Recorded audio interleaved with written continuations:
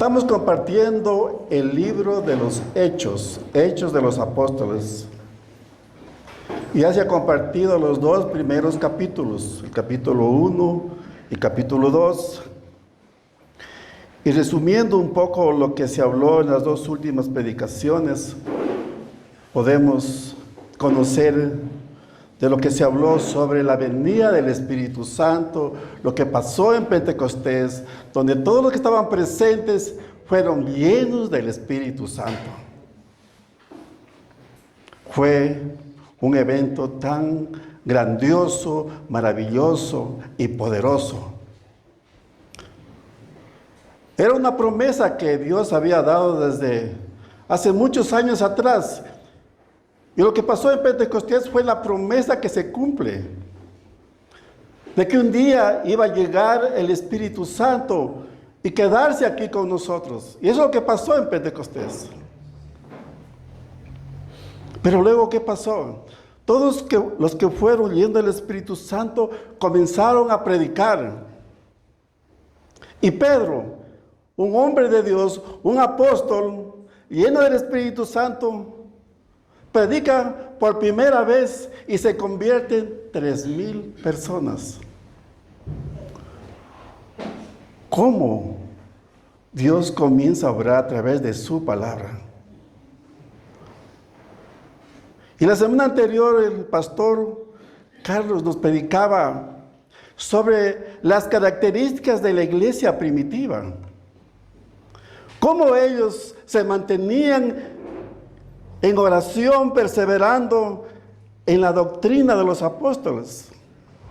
Es más, ellos permanecían juntos, preocupándose los unos por los otros. Es más, dice que compartían todos sus bienes. Así inició la iglesia primitiva. Pero hoy vamos a ver Hechos 3, un nuevo capítulo que consta de 26 versículos. Sí, es un poco largo. Esperemos que el tiempo nos alcance. Pero aquí en esta historia, o en esta escena que vamos a estudiar hoy, de este capítulo, es una de las escenas más poderosas de la iglesia primitiva, donde Pedro y Juan, llenos del Espíritu Santo, son usados para realizar uno de los milagros más impactantes de la historia. Y este milagro es muy relevante para todos, porque en esta historia del paralítico que es sanado y que vamos a ver a continuación, nos enseña mucho, que es que en esas condiciones y necesidades son donde Jesús nos encuentra y nos llama y nos levanta. Allí ya podemos identificarnos. Bien, para esta prédica voy a dividir este sermón en dos partes. La primera parte vamos a hablar del milagro del paralítico que Cristo sana a través de los apóstoles Pedro y Juan. Y la segunda parte vamos hablar de la proclamación del evangelio glorioso con el llamado al arrepentimiento. Entonces vamos a empezar Hechos capítulo 3 y voy a leer de corrido del 1 al 10 para poder entender. Dice así, por favor miren las pantallas, dice: Pedro y Juan subían juntos al templo a la hora novena, la de la oración, y era traído un hombre cojo de nacimiento. Pongan atención en estos detalles. Era un hombre cojo de nacimiento, dice, a quien ponían cada día en la puerta del templo que se llamaba La Hermosa, para que pidiese limosna de los que se entraban en el templo.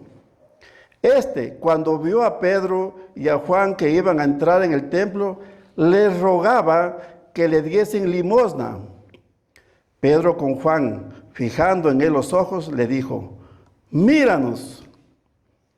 Entonces él, les estuvo atento, esperando recibir de ellos algo. Mas Pedro dijo: no tengo plata ni oro, pero lo que tengo te doy. En el nombre de Jesucristo de Nazaret, levántate y anda.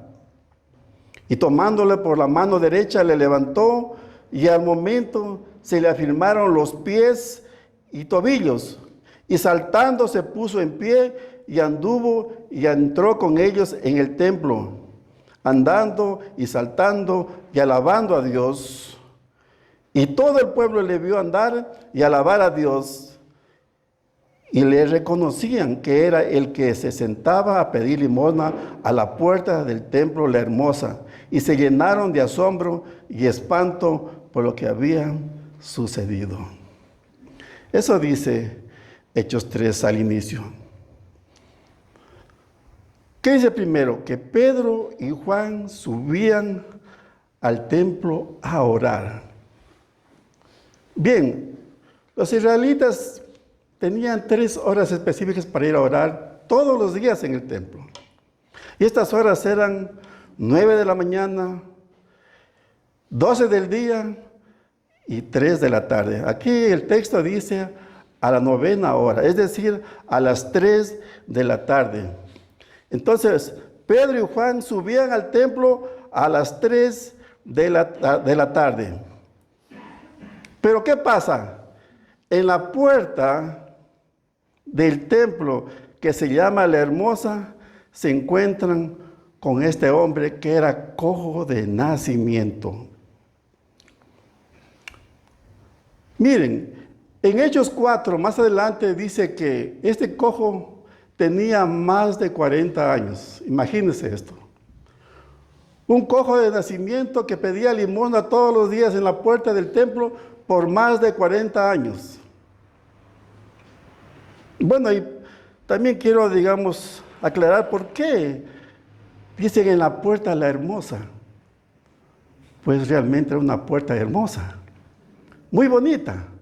El historiador Josefo dice que era una puerta que medía 22.50 metros de altura y 18 metros de ancho.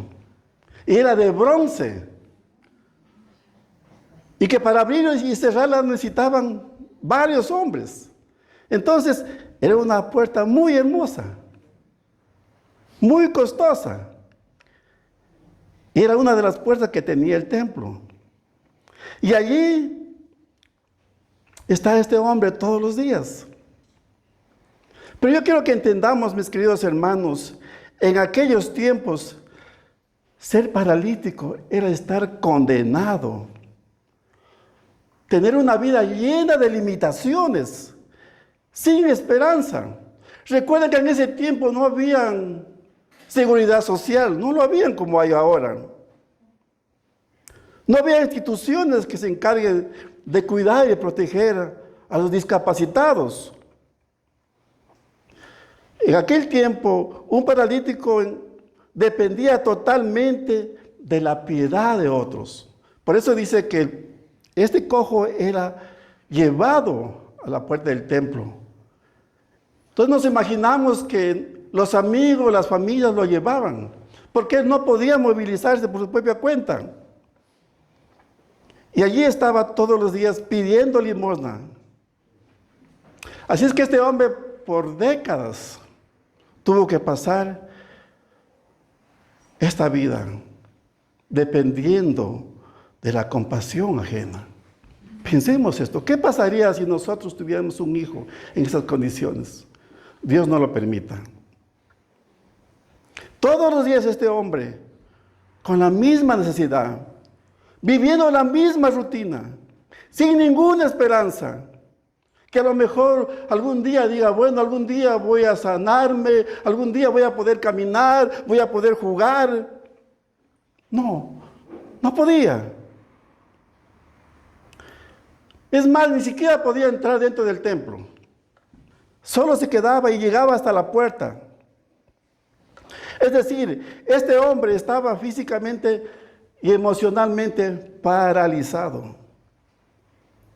Sufría de parálisis en sus piernas y en su alma.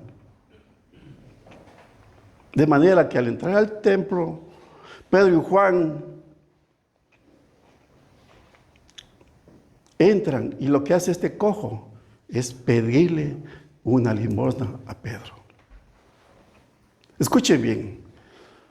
Pedro, en ese momento en que lo mira al cojo, le pone mucha atención. Porque yo me imagino que muchas personas cuando ven un enfermo, un paralítico en esas condiciones, probablemente lo ignoran. O probablemente lo pasan y lo miran de refilón. Bueno, imagino que algunos le daban su limosna, otros no. Pero en este caso, Pedro y Juan le ponen mucha atención. Y lo que en ese momento este paralítico le pide, que era una limosna, esa petición que le hizo en ese momento cambiaría la historia de este hombre para siempre. Porque vamos a ver lo que pasó más adelante en el versículo 4. ¿Qué pasó? Dice, Pedro y Juan se fijaron sus ojos en el hombre atentamente, no lo despreciaron, su condición. ¿Y qué le dijo Pedro de primera? Míranos. Lo que nadie le había dicho a este hombre enfermo. Él le dice, míranos. Y él dice que lo miró atentamente, esperando recibir algo, porque si alguien le dice, míranos, bueno, lo que menos pudo pensar, bueno, me van a dar algo bueno, algo grande. Entonces estuvo muy atento. Pero ¿qué le dijo Pedro? No tengo plata ni oro, pero lo que tengo te doy. En el nombre de Jesucristo de Nazaret, levántate y anda. ¡Wow! ¡Qué palabras tan poderosas! Recuerden, Pedro y Juan estaban llenos del Espíritu Santo. Hermanos, no era la mirada de Pedro, no era la mirada de Juan. Ellos no tenían ni plata ni oro, pero ellos estaban completamente seguros que juntos a ellos estaba Dios, estaba Cristo. Por eso le dicen en el nombre de Cristo Jesús de Nazaret, levántate. Al momento de decir estas palabras, ¿qué estaban diciendo? Levántate en la autoridad, en el poder, en la presencia misma de Jesús. Que se ponga de pie y camine. Eso es lo que ellos le dijeron. Dice, y tomándolo por la mano derecha, al instante se levantó. Dice que sus pies y sus tobillos cobraron fuerza. Y aquí viene algo muy relevante, dice. Y de un salto se puso de pie e inmediatamente entró al templo con ellos, caminando y saltando y alabando a Dios. Bien. Yo creo que este hombre creía en Cristo. ¿Por qué les digo esto? Porque al momento que Pedro le dice, levántate. Si él no hubiese creído, ¿qué hubiese dicho? No puedo levantarme. No puedo ponerme de pie. Pero ¿el qué hace? Él obedece y enseguida se levanta de un salto. Pero aquí hay un detalle muy importante. ¿Qué hace este hombre? Inmediatamente entra caminando y saltándole y alabándolo a Dios. Nunca él se detuvo primeramente a darle gracias al hombre. Porque él pudo haberle dicho, bueno, gracias Pedrito, gracias Juan, ustedes me sanaron. No, este hombre le dio primero la gloria a Dios. Y es lo que se debe hacer. Querida iglesia, La mano que extendió Pedro, la mano derecha para levantarlo, no era la mano de Pedro, era la mano de Jesús. Jesús lo estaba levantando, Jesús lo miró.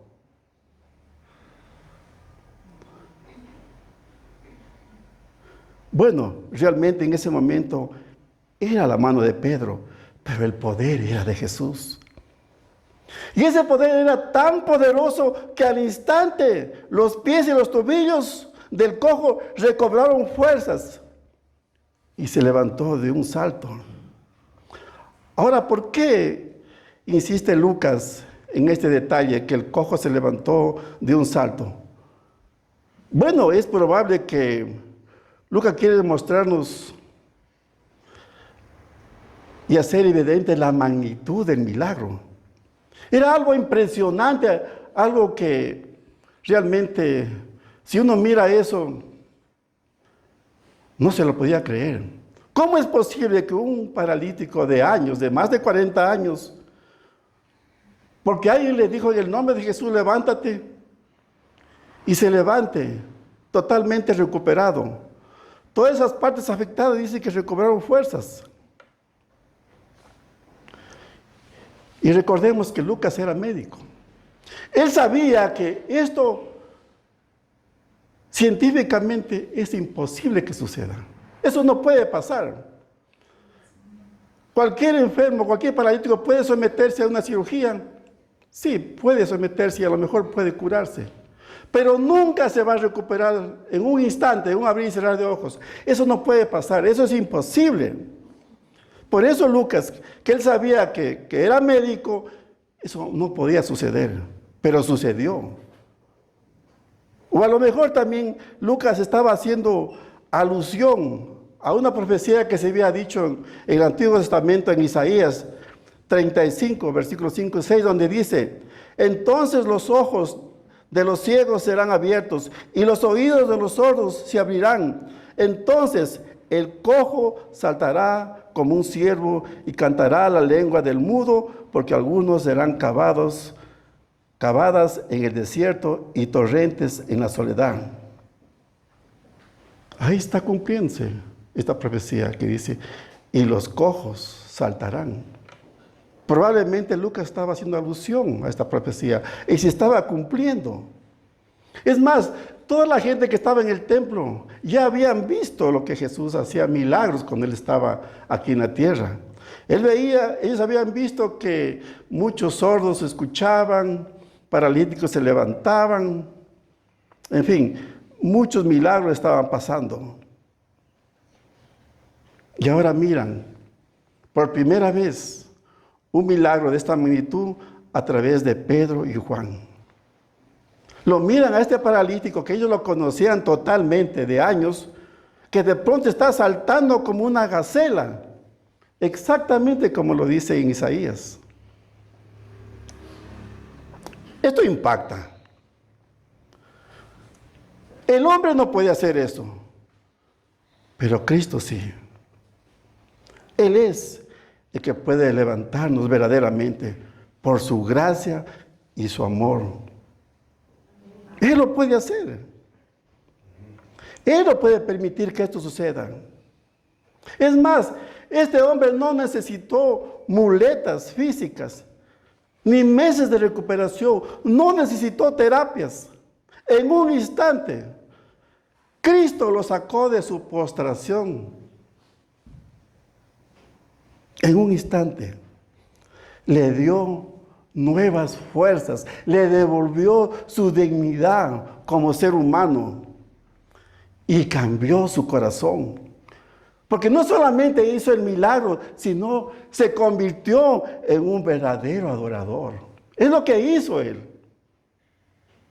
Fue sanado, pero inmediatamente entró al templo por primera vez y juntos con los demás le estaba adorando, alabando a Dios. Poderoso. Entonces, Hechos 3 comienza con esta escena, cargada de muchos simbolismos, donde existe un hombre cojo de nacimiento. Pero este detalle, querida iglesia, revela la condición espiritual de la humanidad sin Cristo.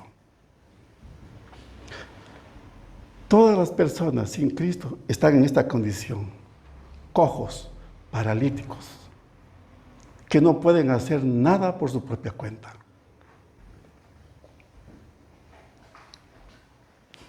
El hombre no es un pecador porque peca, es porque su raíz está en su naturaleza.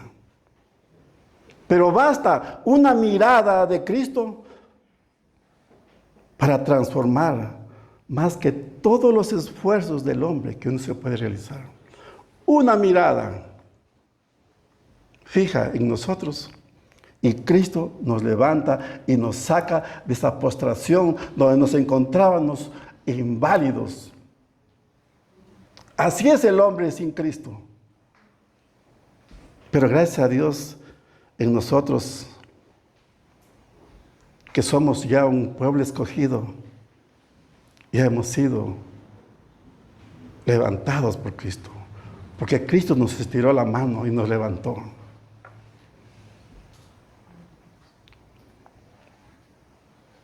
Miren, este hombre pedía una limosna. Le pidió una ayuda a Pedro y Juan. ¿Pero qué recibió? Más de lo que pedía. El cojo pedía monedas, ¿y qué le dio Dios? Sanidad. Recuerden, el cojo no pedía sanidad. Él pedía una ayuda para sobrevivir un día más. Y Dios le da sanidad. ¿Esperabas sobrevivir un día más? Dios, ¿qué le da? Una vida nueva. Una vida eterna. Él esperaba un poco, una pequeña ayuda, una limosna. ¿Qué le dio Dios? Le dio todo. Esta es la expectativa humana y la gracia divina. El pecador pide limosna. ¿Cristo qué nos da? El cielo. Escuchen bien. El pecador pide limosna. Cristo nos da el cielo. Eso nos ofrece la mirada al Evangelio. El Evangelio no ofrece centavos. El Evangelio ofrece salvación y vida eterna, hermanos. Por eso la importancia de predicar las Escrituras. Hechos 3 nos recuerda que el Evangelio no es monedas, es poder de Dios. No solamente es un alivio temporal, es transformación eterna. De eso habla Hechos 3.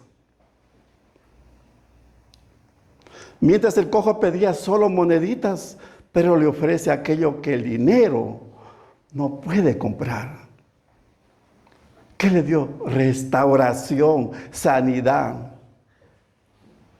Alguien dijo, muchos vienen por dinero, pero Dios les da el cielo.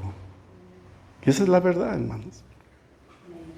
Nosotros venimos a Cristo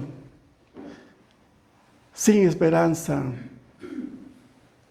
sin planes, sin nada. Y de pronto Cristo nos ofrece el cielo y la vida eterna. ¿Es maravilloso o no es maravilloso eso?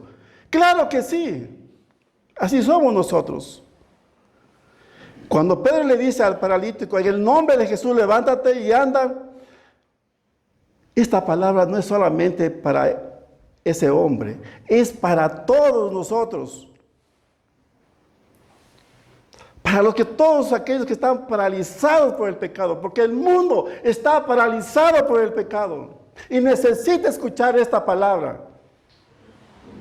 Y nosotros como iglesia nos corresponde anunciar todo esto.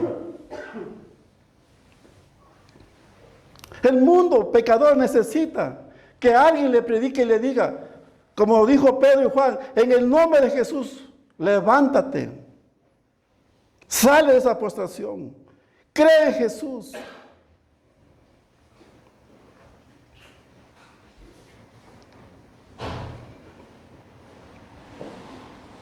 El Evangelio no avanza por la fuerza, queridos hermanos, ni por el dinero, ni por el prestigio humano, sino por la autoridad de Cristo. Pero nos recuerda que no es el oro el que levanta a la gente, es el nombre de Cristo Jesús el que levanta a la gente. Por eso, ¿quién lo tiene a Jesús en sus corazones? No lo tiene todo. ¿Quién lo tiene a Jesús en su vida? Lo tiene todo. Y quien lo rechaza es el miserable de los hombres. Cuidado, lo rechacen. El cojo no fue sanado por la piedad de Pedro o por la fe de Juan, sino por el poder del Cristo resucitado. Por eso fue sanado el cojo. No entendamos que fue el hombre. No pensemos que fue el poder de Pedro que sanó al cojo. Fue Cristo mismo quien lo hizo. ¿Y qué pasó? Este milagro llamó mucho la atención, porque como ya acabamos de leer, dice que la gente quedaron paralizados, algunos atónitos. Ver qué pasó, porque no era normal ver un milagro de esta naturaleza hecho por un hombre, que es lo que ellos pensaban. Porque en el verso 9 y 10 dice que ellos lo conocían a este hombre, ellos sabían la condición en la que él vivía y que realmente era un cojo de nacimiento, es decir, desde el vientre de su madre. No es que él tuvo un accidente y por eso se quedó en estas condiciones, no, era un cojo que había nacido así. Ellos lo habían visto todos los días en la puerta del templo. Y de pronto lo ven como un hombre totalmente sano, restaurado, y es más, alabándolo y adorando a Dios. Pero ¿qué hace Pedro?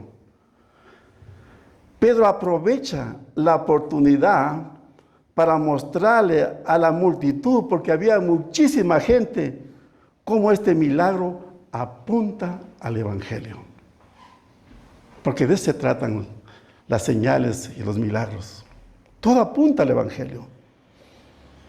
Y Pedro comienza a predicar la segunda vez, donde miles de personas se convierten. El milagro del cojo que comenzó a caminar no fue el fin de la historia, no es que Dios lo sanó y ahí se acabó todo, sino fue el inicio de una poderosa predicación. Fue, como quien dice, un pretexto para que Pedro empiece a predicar a toda esa multitud que se había reunido. Y más adelante vamos a ver lo que pasó. Vamos a los versículos del 11 al 18, vamos así mismo a leer de corridos. Dice, y teniendo asidos a Pedro y a Juan, el cojo que había sido sanado, todo el pueblo, atónito, concurrió a ellos al pórtico que se llamaba de Salomón. Viendo esto, Pedro respondió al pueblo, varones israelitas, ¿por qué os maravilláis de esto? ¿O por qué ponéis los ojos en nosotros, como si por nuestro poder o piedad hubiésemos hecho andar a este? El Dios de Abraham, de Isaac y de Jacob, el Dios de nuestros padres, ha glorificado a su Hijo Jesús, a quien vosotros entregasteis y negasteis delante de Pilato, cuando éste había resuelto ponerle en libertad. Mas vosotros negasteis al santo y al justo y pedisteis que se os diese un homicida y matasteis al autor de la vida, a quien Dios ha resucitado de los muertos, de lo cual nosotros somos testigos. Y por la fe en su nombre, a este que vosotros veis y conocéis, le ha confirmado su nombre. Y la fe que es por él ha dado a esta completa sanidad en presencia de todos vosotros. Mas ahora sé que por ignorancia lo habéis hecho, como también vuestros gobernantes, pero Dios ha cumplido así lo que había antes anunciado por boca de todos sus profetas, que su Cristo había de padecer. ¿Qué pasó? El cojo estaba agarrado de Pedro y de Juan. La gente estaba asombrada, no podía creer lo que habían visto. Y lo primero que dice Pedro a la multitud, porque habían miles, ¿por qué se maravillan ustedes tanto? Esto es la confirmación de que Cristo, al que ustedes crucificaron, era en verdad el Mesías, el enviado de Dios. ¡Ey! No pongan los ojos en nosotros, nosotros no fuimos el que sanamos al enfermo. Lo que trata de hacer Pedro es desviar la atención, porque la gente comenzaron a poner la atención en estos hombres. Y es lo que pasa cuando hay milagros. Creen que es el hombre el que sana. Es que este hombre, este pastor es ungidísimo. Voy a pedirle que ore. No, no es el hombre, es Cristo mismo. Entonces lo que hace a primera instancia, Pedro desvía la atención de la gente para que no pongan los ojos en ellos, sino en Cristo Jesús. Y él les dice: varones israelitas, ¿por qué nos miran a nosotros? Y Pedro deja en claro que el milagro no fue producido por su poder. La sanidad del cojo no ocurrió porque Pedro y Juan fueron hombres poderosos, sino porque Jesucristo actuó por medio de ellos. Por eso se dio el milagro. Lo que están haciendo Pedro y Juan es buscando la gloria a Dios, que no se la den a ellos, porque la gloria no es de los hombres, la gloria es de Dios únicamente. Y es lo que hace Pedro y Juan. Que le den la gloria, que le den el reconocimiento a Cristo Jesús. Nunca quiso Pedro vanagloriarse. Nunca. Y aquí muestra su humildad. Porque él pudo haber dicho: miren, compatriotas, hermanos, miren lo que pasó. Nosotros oramos por este cojo y mira lo que pasó. Eso hacen ciertas personas. Aquí no. Él podía hacer eso y no lo hizo. Y lo que trata de hacer es: no fuimos nosotros, fue el poder de Cristo Jesús, el que ustedes crucificaron. Y les aclara: aquel que ustedes crucificaron, él hizo todas esas maravillas.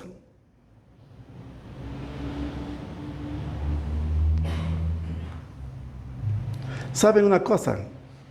Cuando uno se predica un evangelio de verdad, pueden suceder muchas cosas. ¿Pueden suceder milagros? Claro que sí. Cuando uno se predica, ¿pueden venir a Cristo muchas personas? Claro que sí.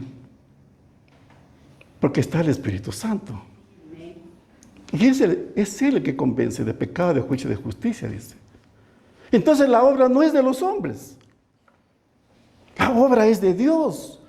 Entonces, no caigamos en esos errores de creer que es el hombre. No sigamos a hombres, sigamos a Cristo. Él debe ser enaltecido. La gloria es de Él. Y más adelante, desde el versículo 13, Pedro les confronta a los israelitas y les dice: ese Dios de Abraham, de Isaac y de Jacob, del cual ustedes se sienten tan orgullosos, porque los israelitas siempre se sienten los únicos, los dueños de que solo Dios es de ellos. Dice de ustedes, del cual se sienten tan orgullosos, es el Padre de Jesucristo, el que ustedes crucificaron, lo entregaron y lo negaron delante de Pilato. Ustedes lo entregaron incluso cuando Pilato estuvo dispuesto a soltarlo. Ustedes, se dice así, ustedes, israelitas, lo negaron al santo, al justo, y prefirieron que se ponga en libertad a un homicida, criminal, violento. ¿De quién está hablando? De Barrabás. Pilato quería librarlo a Jesús. Y él mismo les da una opción. Mejor se lo voy a entregar a este criminal, a Barrabás, para soltarlo a Jesús. ¿Y qué hizo el pueblo? No, no queremos que lo suelten. Y prefirieron que lo suelten a Barrabás, a un criminal, para que lo maten al santo, al justo, y muera. Y el versículo 15 dice, mataste al autor de la vida. Qué paradoja, ¿no? ¿Cómo podemos matar al autor de la vida? Es decir, mataron al autor de la vida y libraron al que mataba, al que quitaba vidas.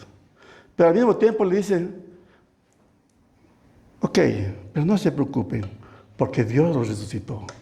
Es verdad, lo mataron, pero Dios lo resucitó. Bueno, ahora, ¿cómo podemos decir cómo puede morir el autor de la vida? Bueno, es el misterio del Evangelio, ¿no?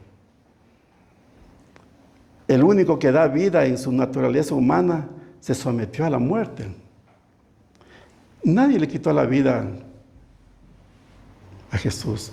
Él mismo voluntariamente ofreció su vida para salvar a los pecadores como tú y yo. Él mismo voluntariamente. En Juan 10:18 dice, nadie me quita la vida, yo mismo la pongo y después la vuelvo a tomar. Simplemente se estaba cumpliendo lo que ya estaba dicho en las Escrituras, que esto tenía que pasar. Entonces el dador del aliento de vida expiró en una cruz, sí, pero Dios lo resucitó de los muertos. Y la muerte no lo pudo retener al autor de la vida. Y la resurrección nos garantiza la redención de todos los que creemos en Él. Así que el autor de la vida, muerto en una cruz, de repente se convierte en la mayor demostración del poder de Dios para salvar. Debido a que Cristo murió en la cruz por nosotros, ahora nosotros somos salvos. ¿Qué hubiese pasado si eso no ocurría? Estaríamos todos condenados. Entonces, la sanidad del paralítico, que es una historia real, realmente es una parábola viviente del Evangelio. Y más adelante, los versículos 16, 17 y 18, pero le da una explicación de lo que ocurrió. Una explicación del milagro. Y les dice, hey, por la fe en su nombre, es decir, en Cristo, es que este hombre recibió la sanidad completa para que caminen. Es más, este hombre del cual ustedes lo negaron, lo crucificaron, Él lo hizo. No fuimos nosotros. Por la fe en Él sucedió este milagro. Ellos no sabían que Dios ya había decretado lo que tenía que pasar en la cruz. De que Cristo tenía que padecer y cumplirse. Pero eso no exime la culpa. Ustedes son culpables, les dice Pedro. Ustedes lo mataron. Ustedes lo acusaron injustamente. Son tan culpables porque es un pecado. Ustedes son responsables, por lo cual tienen que arrepentirse. Y miren lo que pasa en el versículo 16 al 26. Porque aquí hace Pedro un llamado al arrepentimiento. Dice así, versículo 19 al 26. Así que arrepentíos y convertíos para que sean borrados vuestros pecados, para que vengan de la presencia del Señor tiempos de refrigerio. Y Él envía a Jesucristo, que os fue antes anunciado, a quien de cierto es necesario que el cielo reciba hasta los tiempos de la restauración de todas las cosas, de que habló Dios por boca de sus santos profetas, que han sido desde tiempos antiguos. Porque Moisés dijo a los padres, el Señor vuestro Dios os levantará profeta de entre vuestros hermanos, como a mí, y a Él oiréis en todas las cosas que os hable, y toda alma que no oiga, aquel profeta será desarraigado del pueblo. Y todos los profetas desde Samuel en adelante, cuantos han hablado, también han anunciado estos días. Vosotros sois los hijos de los profetas y del pacto que Dios hizo con nuestros padres, diciendo a Abraham, en tus simientes serán benditas todas las familias de la tierra, y vosotros primeramente. Dios, habiendo levantado a su Hijo, lo envió para que os bendijese, a fin de que cada uno se convierta de su maldad. Querida iglesia, el propósito del Evangelio es llamarnos al arrepentimiento y creer en la obra de Jesús en la cruz. Y Pedro lo explica claramente. Dice que cuando nosotros nos arrepentimos y nos convertimos de verdad, nuestros pecados serán borrados o quitados. Y es lo que le hace este llamado a los israelitas. Y Pedro los confronta, dice, ustedes son culpables, por lo tanto, tienen que arrepentirse. Y es más, y no solamente arrepentirse, sino tiene que haber conversión, es decir, un cambio verdadero. Y cuando habla de arrepentimiento, no es solamente tener remordimiento y decir, ay, ¿por qué hice esto? Sino tiene que tener un cambio de mente, de pensamiento, de dirección de la vida. Eso es el arrepentimiento. Cambiar la forma de pensar y abandonar el pecado para volverse enteramente a Cristo. Es lo que dice Pedro. Ustedes tienen que arrepentirse de corazón y no pensar lo que antes hacían está bien. No, eso es pecado. Y si ustedes no se arrepienten, se van al infierno. Bueno, esa palabra no dice aquí, pero a eso va. Si ustedes no se arrepienten, se van al infierno, punto.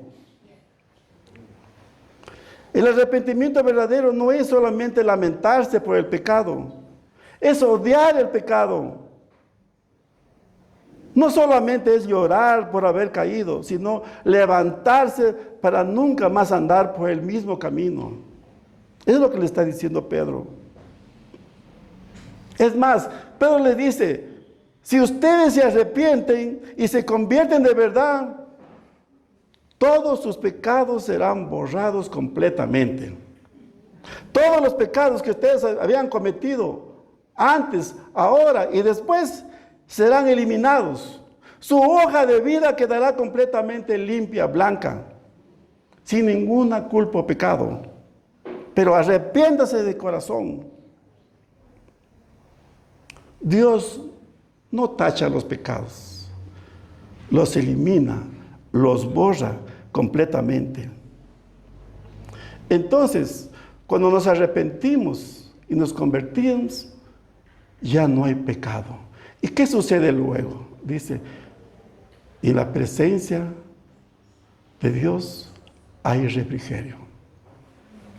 Al momento de arrepentirse, viene la misma presencia de Dios y se posa y se queda en la persona. Y comienza la restauración. Comienza a descansar la persona. Es más, Dios nos perdona todos los pecados. Hay alivio. Ahora tenemos paz. Tenemos la presencia de Cristo en nosotros. ¡Qué mejor refrigerio! Es el refrigerio que está hablando cuando ustedes se arrepienten. Va a estar Dios con ustedes todos los días de su vida. Por eso la importancia de realmente arrepentirse de verdad. Entonces, Hechos 3 nos muestra que el milagro físico abrió la puerta para el milagro espiritual. El hombre, mire, escuche bien esto. El hombre anduvo cojo. Pero al escuchar este mensaje que está predicando Pedro hoy, miles oyeron el llamado al arrepentimiento. ¿Y saben cuántos se convirtieron en esta segunda predicación, 5,000 personas. No está ese número aquí en este capítulo, pero está en el capítulo 4. ¿Cuántos se convirtieron? 5,000 hombres. Y en aquel tiempo solo eran contados los hombres, no las mujeres. Es decir, hubieron mucho más.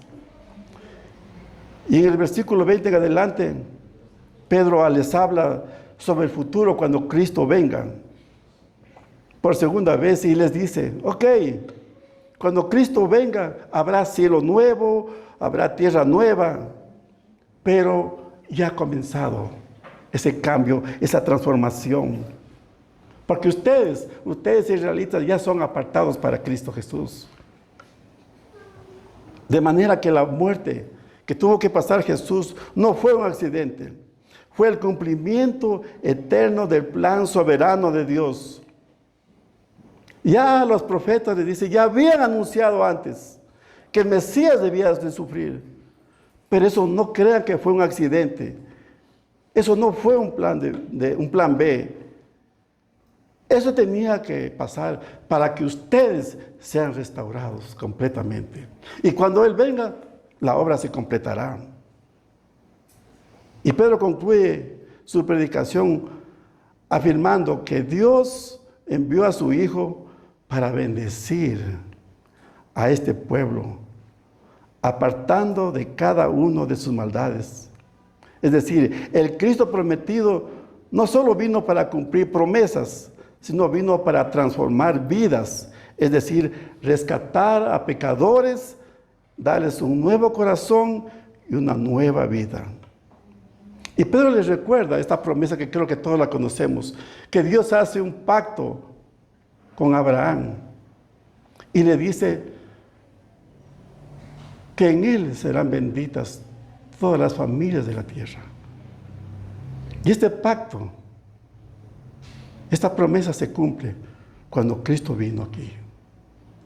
Entonces, ahora, nosotros ya somos benditos. Nosotros ya somos bendecidos por Dios, porque Cristo ya vino. Cristo ya entró en nuestros corazones. Sientan, hermanos, y crean que todos nosotros somos bendecidos ya. Es más, dice que esta bendición no fue solamente para Israel, fue para todas las naciones, es decir, para judíos, para gentiles, para hombres y mujeres. Esta bendición es para todos. ¿Para quiénes? Para todos los que creen en su nombre, para todos los que creen en la obra que Cristo hizo en la cruz. Así que todos los que estamos aquí y todos los que vendrán somos hombres y mujeres bendecidos, porque Cristo ya vino. Él ya pagó en la cruz por nuestros pecados.